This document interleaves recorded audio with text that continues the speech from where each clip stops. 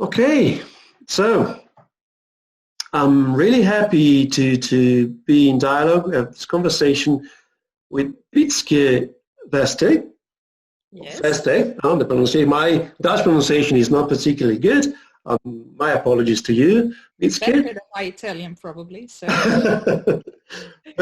Actually, we are going to be in conversation because we want to present and talk about Wytske's book, Boy, which has been published in Italy by Scritturapura, editore, and was published in the Netherlands a few years ago, but then it was published in Italy last year by Scritturapura. And let me say that it is an amazing book.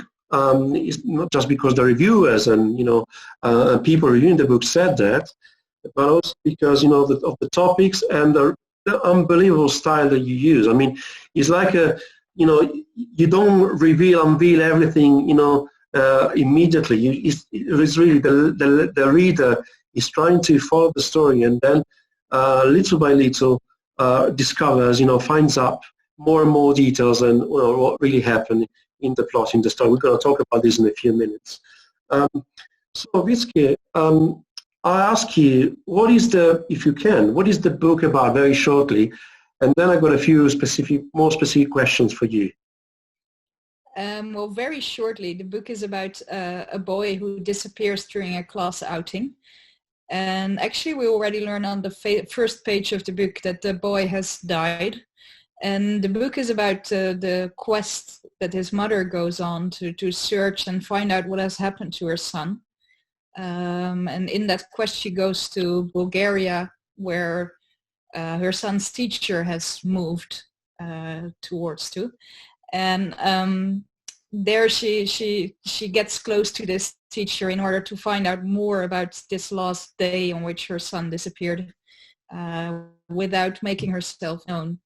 And so that's basically the plot, but it's also about a number of people who are outsiders in various ways and who try to connect with others but are not necessarily successful, and about the role that groups may play. Bullying is one of the themes in the book.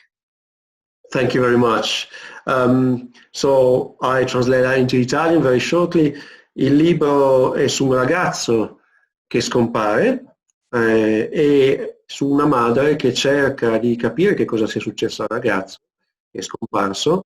Il ragazzo viene trovato il cadavere morto, ma la madre non si accontenta delle spiegazioni della polizia, vuole capire che cosa sia successo e quindi insegue la verità, cerca di capire che cosa è successo andando in Bulgaria, dove c'è una donna che è parte della storia e che è stata l'ultima persona che ha visto questo ragazzo scomparso e dalla quale la madre spera di avere delle informazioni utili per farsi una ragione anche di questa scomparsa.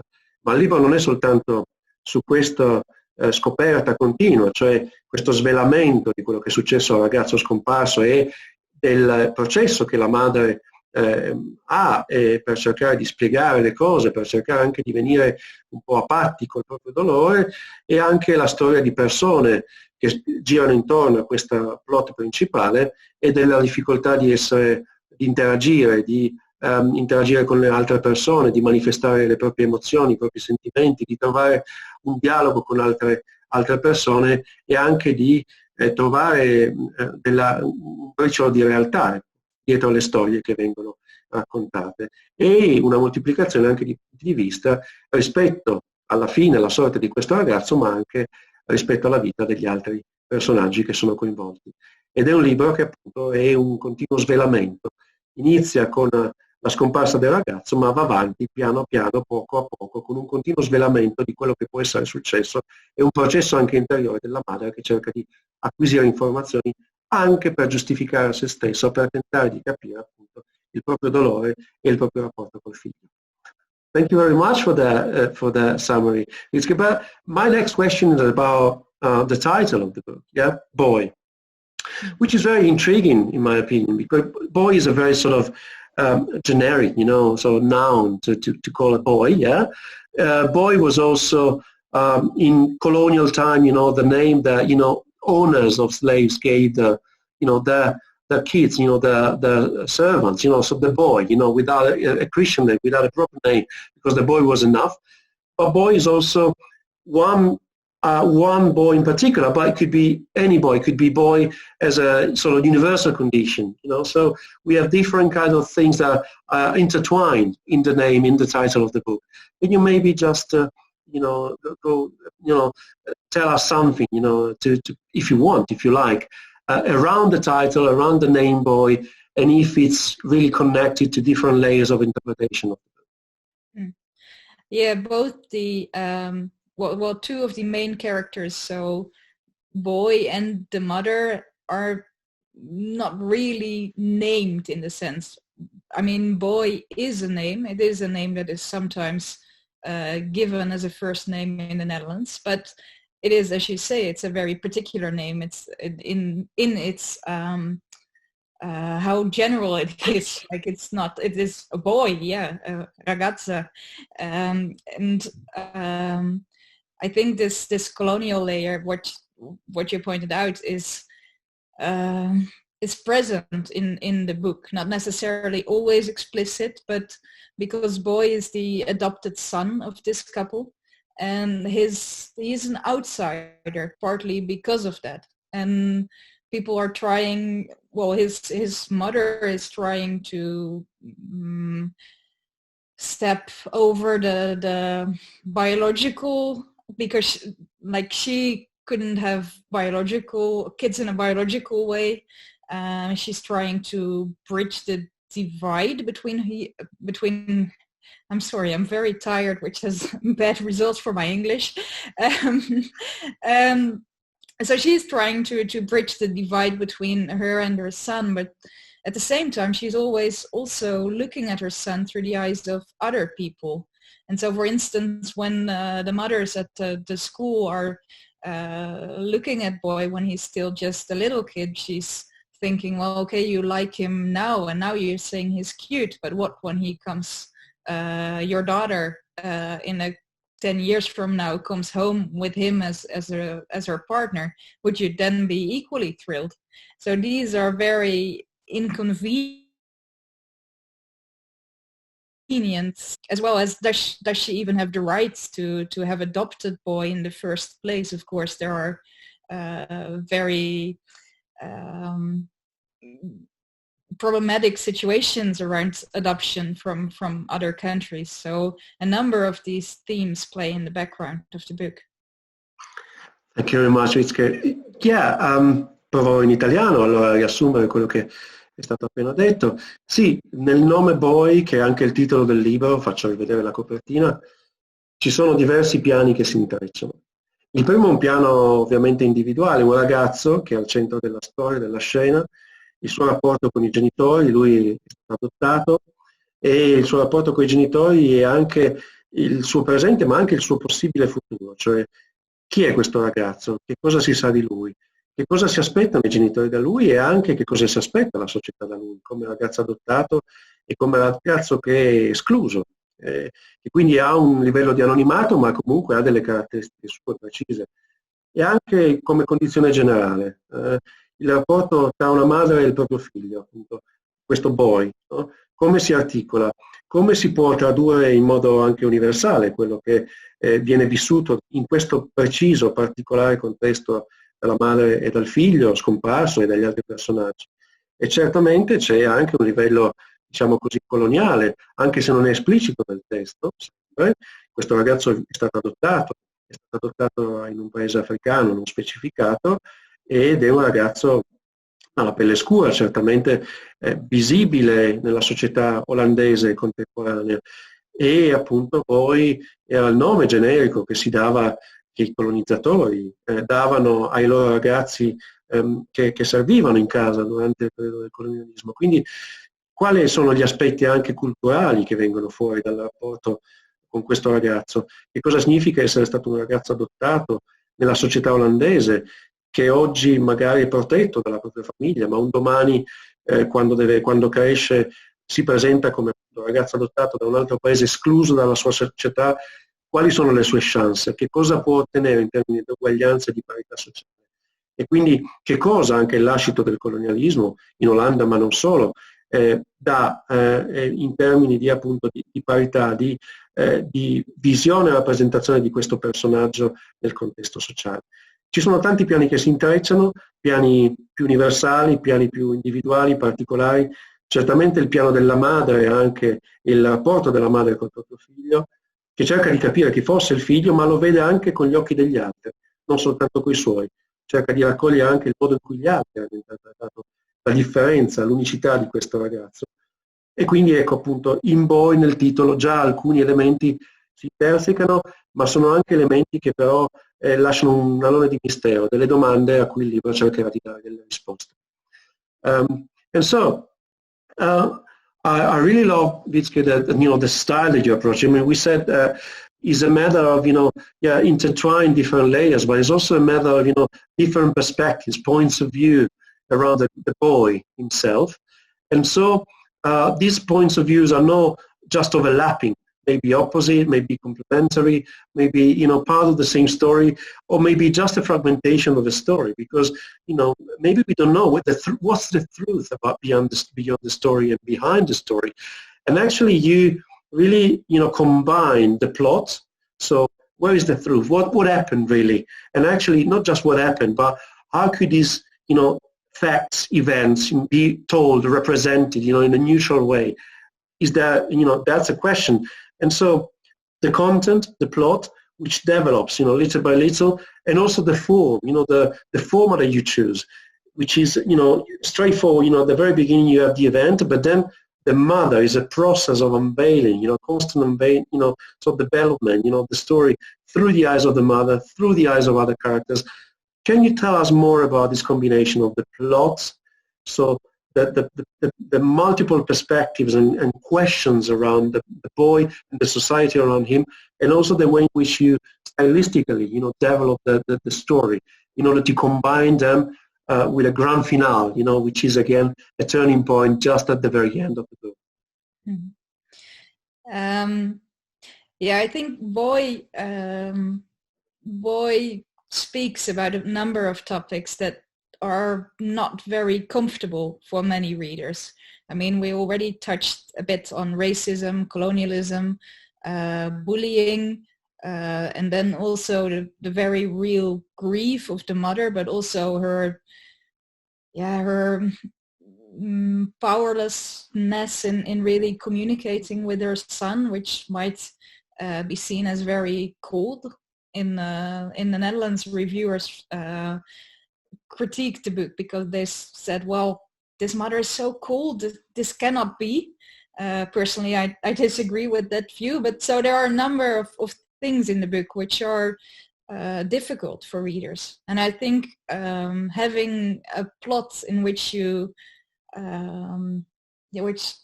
having a plot sort of entices the reader. You want to know, you want to find out what has happened and who is speaking the truth.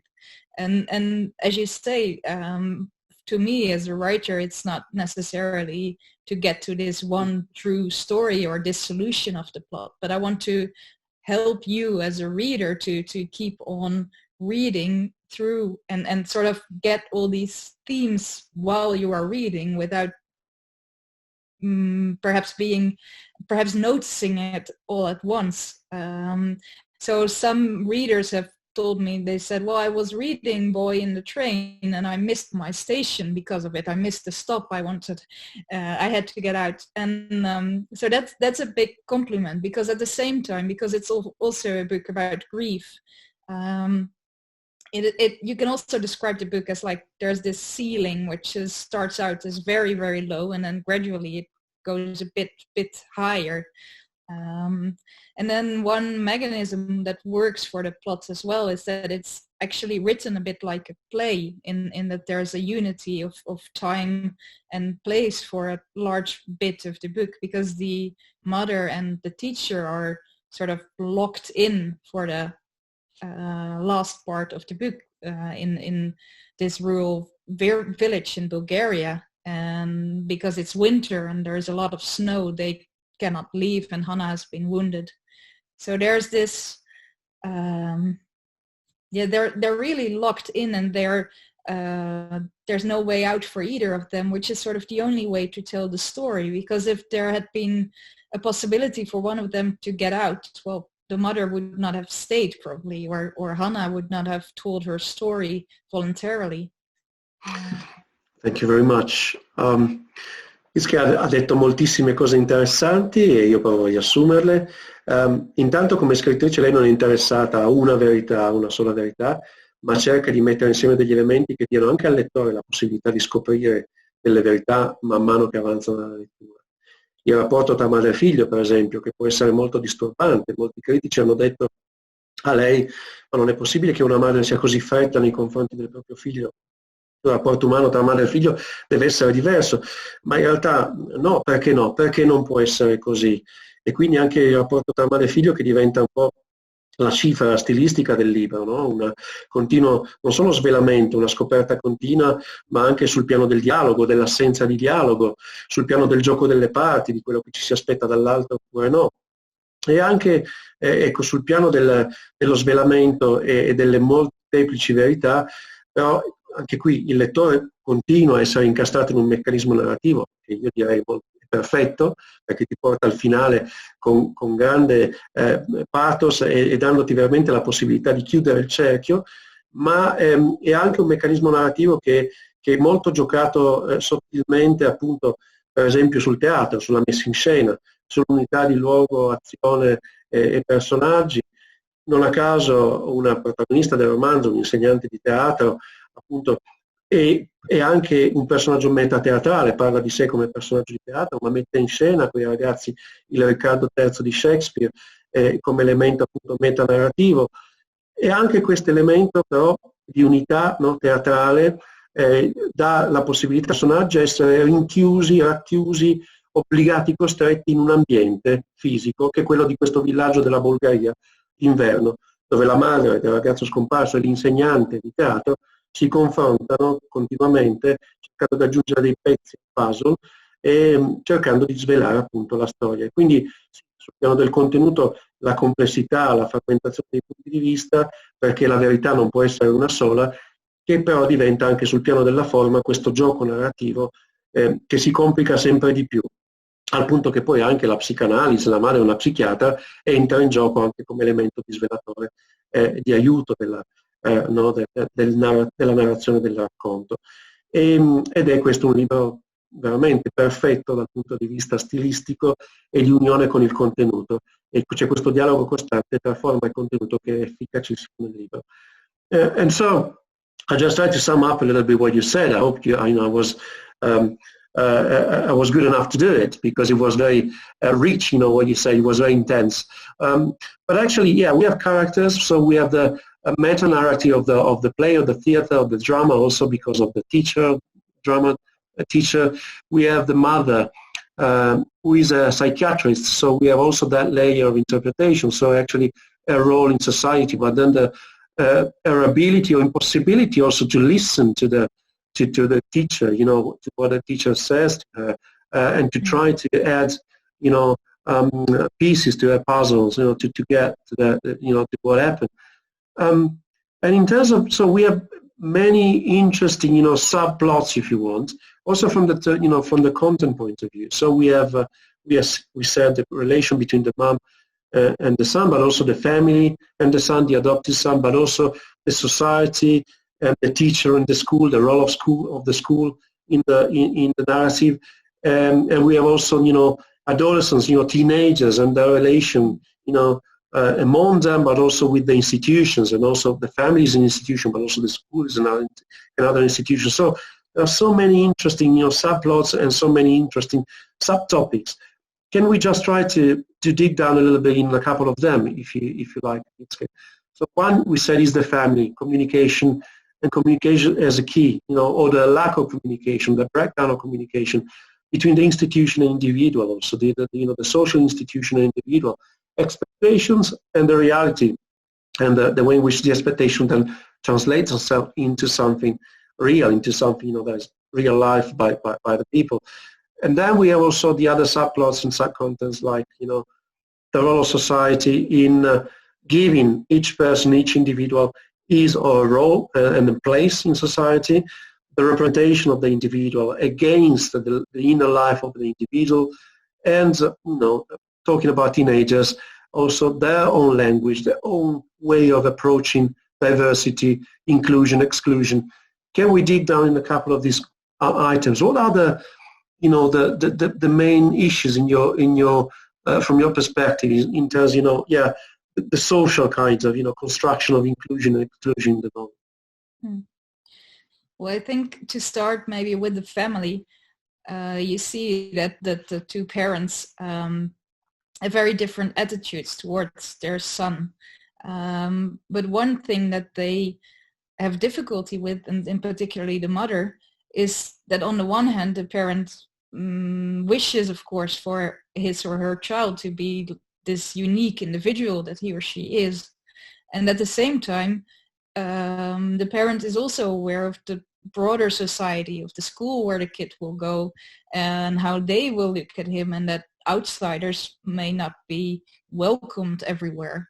And so this is something that the mother grapples with. Is this, so on the one hand, she loves her son, of course, and she tries on the one hand to protect him, but she does this protection, or she aims to protect him, but the form this takes is that she tries to harden him and to make him like more normal, as in according to the norm.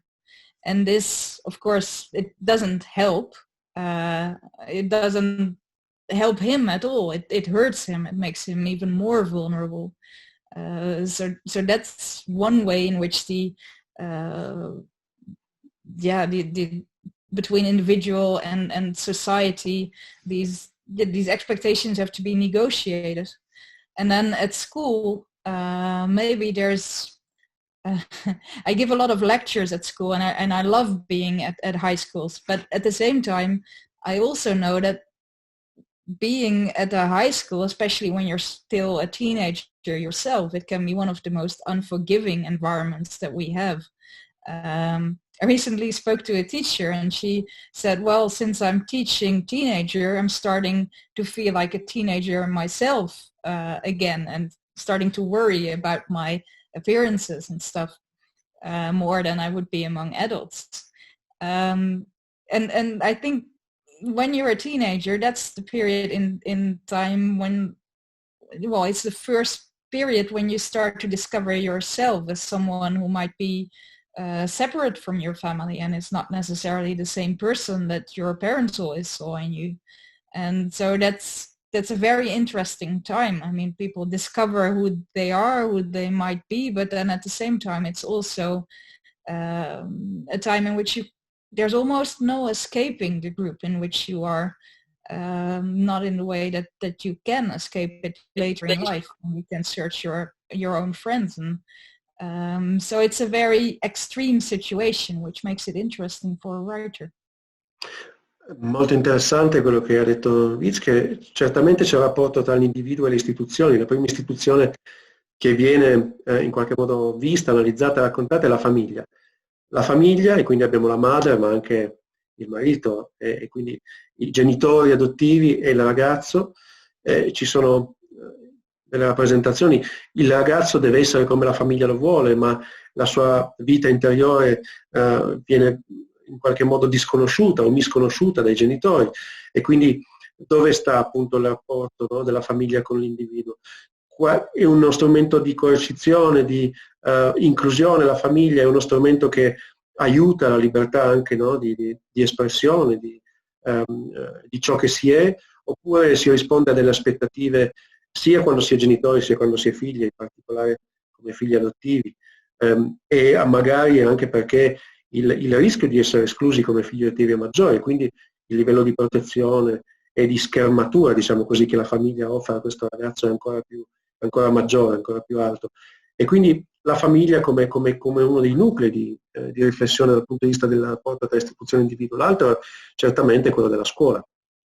La scuola che però deve essere vista da diversi punti di vista. La scuola come strumento di inclusione sociale, di costruzione sociale, di cittadinanza, ma se lo vediamo dalla parte dei teenager, dalla parte degli adolescenti, che invece sono costretti a passare di gran parte del loro tempo e magari non vorrebbero neanche starci, la scuola diventa di nuovo uno strumento di coercizione, uno strumento che non risponde ai propri desideri, alle proprie aspettative, al proprio bisogno di esprimersi liberamente e di essere ciò che si è. Quindi un'altra forzatura, si è ciò che la scuola vuole che si sia, oppure per reazione si è in opposizione a quel sistema proprio per rispondere a degli schemi e a degli stereotipi che si vorrebbero imposti.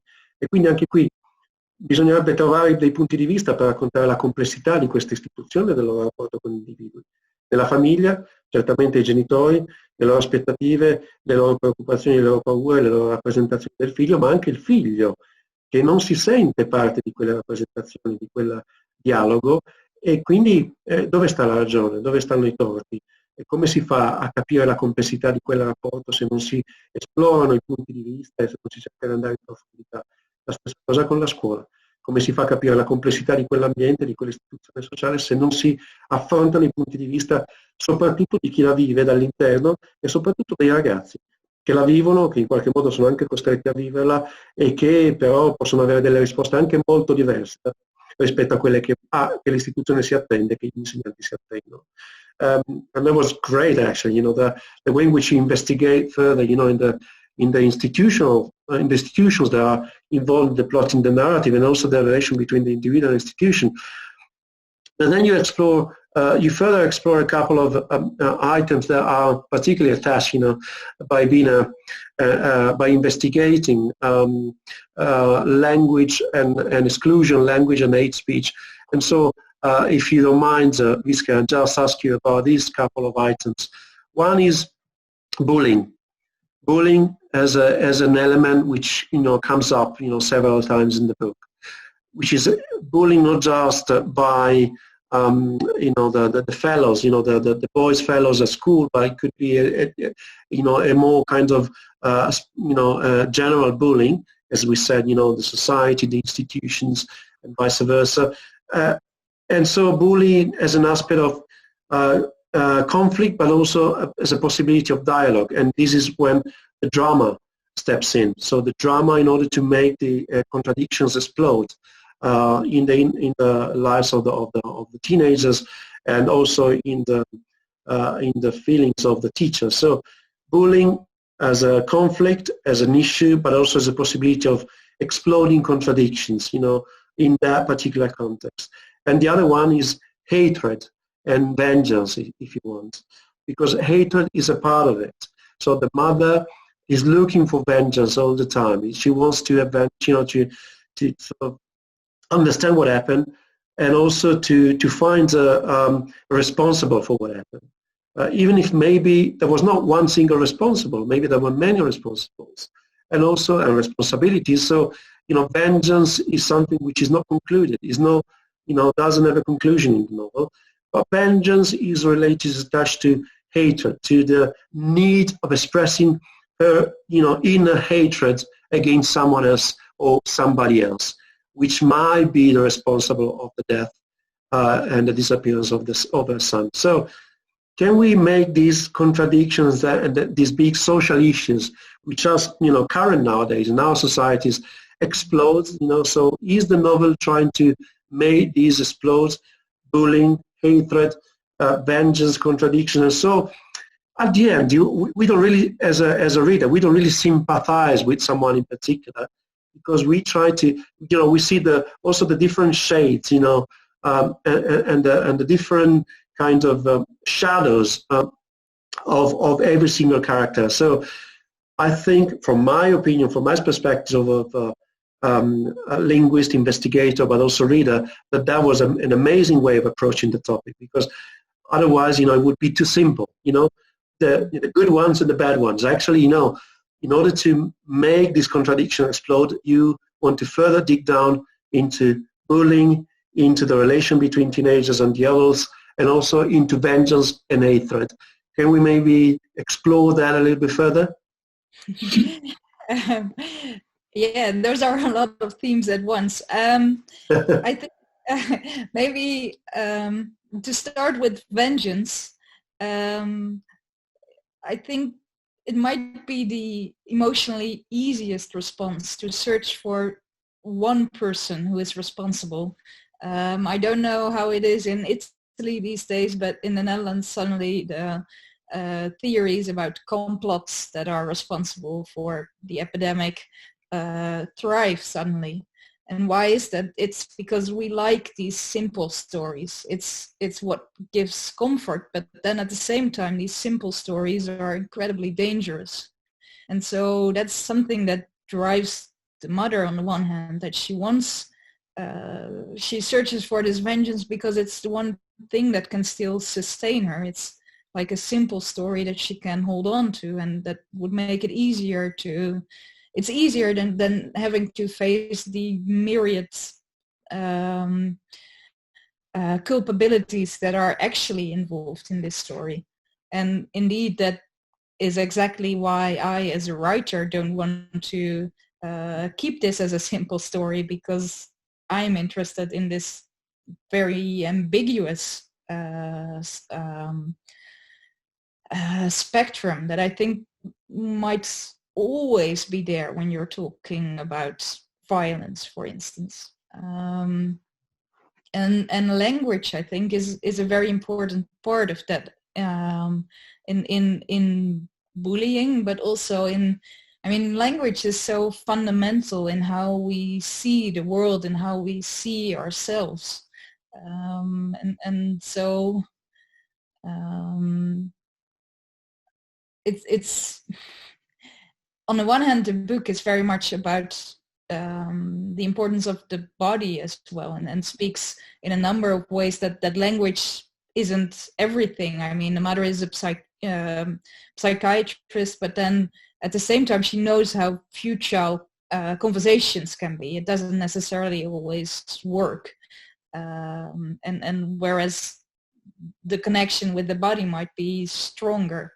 But then at the same time, words can have very physical effects, and especially when you're talking about hate speech in bullying or in a broader societal context. Well, there's actually research has been done that it gives like a physical reaction when you're being addressed in a hateful way. Your body actually reacts as if you have been physically hurt. And so as a writer, and particularly in these day and age, I think that is a very important question to think about our language, and what does our language help us to see, or what does it obscure? Wytske ci dà veramente degli elementi importanti di riflessione. Il primo è sulla vendetta, e io le ho chiesto, la vendetta è uno dei temi del libro, però la vendetta ha anche un modo semplice, diciamo, di spiegarsi le cose, di giustificare le proprie azioni, di cercare una risposta, no? che ci accontenti. La madre del bambino, del ragazzo, cerca vendetta, non la trova, anche perché appunto la vendetta è troppo semplice, e Wytske dice: pensiamo alle nostre società, che di fronte a problemi complessi, la pandemia, di fronte a problemi sociali importanti e complessi, cercano un capo espiatorio, cercano una spiegazione semplice, appunto una vendetta, no? Se vogliamo tradurlo in questi termini, contro qualcuno o qualcosa, per darci una facile interpretazione dei fatti, che ci accontenti, che ci appaghi e in qualche modo non ci ponga troppe domande. Ecco, questo è uno dei temi del libro. La vendetta è uno motivo, ma che poi in realtà dà vita invece a una frammentazione delle spiegazioni, dell'approccio nei confronti della storia. La risposta non sarà semplice, anzi sarà molto complicata, sia da parte della madre sia da parte degli altri personaggi. Quindi certamente c'è questo aspetto di non accontentarsi né di una spiegazione semplice e né di una risposta semplice in termini emotivi da parte della madre. E poi il linguaggio è un altro elemento fondamentale, e tocca il bullismo, tocca i discorsi d'odio. Il linguaggio, per esempio, si può vedere in due modi nel romanzo: che le parole non possono bastare a tutto, le parole non bastano per tutto, le parole hanno bisogno anche del linguaggio fisico, del corpo, perché per esempio è più facile magari con un abbraccio, con un gesto, capire meglio, no? Gli atteggiamenti, le sensazioni, i sentimenti di un adolescente, che con delle parole, soprattutto se sono parole da adulti. E quindi la complessità anche del linguaggio, non solo le parole, ma il linguaggio nel suo insieme, il linguaggio del corpo, del fisico, dei gesti. del volto, ed è molto presente, sono molto presenti nel libro questi elementi. Ma anche l'altro aspetto, il linguaggio verbale e il linguaggio in generale può essere un'arma, può offendere moltissimo, alcune parole possono escludere, offendere, bullizzare, discriminare, e il peso del linguaggio delle parole viene fuori di nuovo da questo libro. Viene fuori nella vita del ragazzo che viene discriminato, bullizzato, viene fuori nelle reazioni della madre che usa esplicite anche, dice a se stessa esplicite parole d'odio nei confronti della persona che lei ritiene responsabile della fine del ragazzo, e certamente è un linguaggio comunque violento, un linguaggio che esclude, appunto, che compartimentizza e che non ci dà una rappresentazione della realtà per quello che è, per la sua complessità. E quindi la riflessione sul linguaggio è fondamentale nel libro, nel romanzo e anche nella società oggi, per cercare di non accontentarsi di risposte semplici, però anche per capire qual è la violenza del linguaggio che utilizziamo tutti i giorni. Wytske dice: le parole hanno lo stesso effetto, ce lo dice la psicologia sociale, di un pugno, no? Di un gesto, di uno schiaffo. Le parole d'odio, le parole che bullizzano, producono gli stessi effetti, traumi, depressioni, allontanamenti, esclusioni. Ecco, noi spesso non pensiamo a questo, a volte pensiamo sono solo parole, sono solo chiacchiere. In realtà le parole sono fondamentali appunto per questi aspetti, perché il linguaggio nella sua complessità deve essere conosciuto, utilizzato, ma anche perché il linguaggio può ferire, offendere, escludere, discriminare. E in questo senso, appunto, prima di salutarci, di fare l'ultima domanda a Wytske, io rifaccio vedere il suo libro, poi, pubblicato da Scritturapura in Italia, un libro straordinario per la storia, denso, con dei caratteri, dei personaggi veramente profondi, che non sono unidimensionali, ed è una storia che si svela poco a poco, che cresce con i suoi personaggi e il lettore cresce insieme a loro. Io vi invito assolutamente a leggerlo e a farne tesoro, perché vi lascerà con molte domande e anche con molti turbamenti, ed è questo che la letteratura deve fare. E poi la riflessione appunto sui temi che abbiamo toccato. Io sono Federico Faloppa, sono un linguista, mi occupo di linguaggi d'odio, e questo è anche il mio ultimo libro, #odio, manuale di resistenza contro la violenza nelle parole, nel quale cerco di approfondire alcuni degli elementi che abbiamo toccato alla fine di questo dialogo con Wytske. Wytske, just to conclude, I just explain I tried to sum up what you said, and I also said, that actually the language issue, could be, is worth, being explored further and further, because it's one of the key, not just of the novel, but also our relation, with the society and the way in which we get narratives and, we interpret them, so each of the words that we use sometimes, in society against each other, from the institutional point of view, against the individual and vice versa. So, Wytske, can you just tell me something that, we cannot say everything, to the people that are listening to us. We don't want to unveil everything. The key question, which is there in the novel, and that, you want the readership, be left with that question. So what is the question that you want us, the readership, to take with us when we finish the book? I'm not sure if I feel comfortable phrasing one question that the reader should take with him or her, because I think that the great power of literature, of fiction, is precisely that it may leave you with many different questions, and that it depends on the reader what kind of question you take from it. But I think what I hope is not to have given a kind of answer, not a simple solution to the problem, but to have shown how complicated this story is, as stories of violence almost always are. And well, I think that in these times where there are so many simple stories and where there are so many hurtful words, it's a special task of fiction and a special privilege of fiction to make as much free space in which there is rolled a possibility, a space to empathize with characters, to not just say, okay, this is so and so, or this is how you should read this, or take this with you, but to foster the questions, to foster the ambiguity, and I think that is one of the strength of fiction, and that we really need that, especially now. Thank you very much. That was a perfect conclusion. Actually, I provoked you with that question because I was hoping that you answered that way, because this is the way in which I read the book. Actually, I didn't have one simple question. Of course, there were many that I took with me. And so Wytske ha detto: sì, non c'è una sola domanda che io voglio lasciare al lettore, perché il privilegio della narrativa è quello di creare uno spazio per le interpretazioni, le tante domande. Certamente c'è una questione che mi preme e che grazie al libro credo di aver esplorato, cioè che non c'è una semplice spiegazione, soprattutto quando ci sono storie violente, che hanno dei caratteri sfaccettati, dei personaggi sfaccettati, come io ho cercato di raccontare, che ti fanno empatizzare con l'uno o con l'altro, ma si può anche cambiare questo livello di empatia nel corso del romanzo. Ecco, il privilegio della fiction, della narrazione è proprio questa, che deve darti uno spazio veramente per turbarti, per portarti dentro un turbamento che poi può esplodere, può accompagnare lo sviluppo dei personaggi, può anche non trovare una soluzione, ed è questo che il romanzo può fare, perché oggi siamo fin troppo abituati a farci domande semplici, a cercare risposte semplici a quello che ci succede, e questo purtroppo ci fa anche leggere la realtà in modo realistico spesso, e quindi forse il romanzo, invece la fiction, che è fiction, quindi è un elemento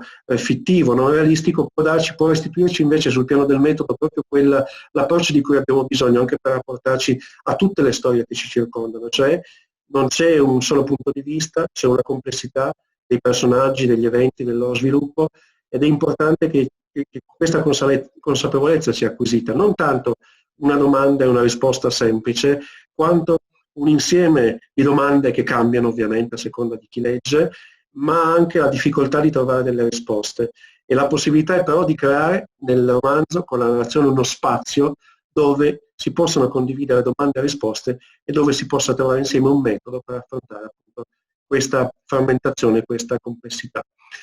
Wytske, I hope the conversation was good enough for you to tell us something about the book.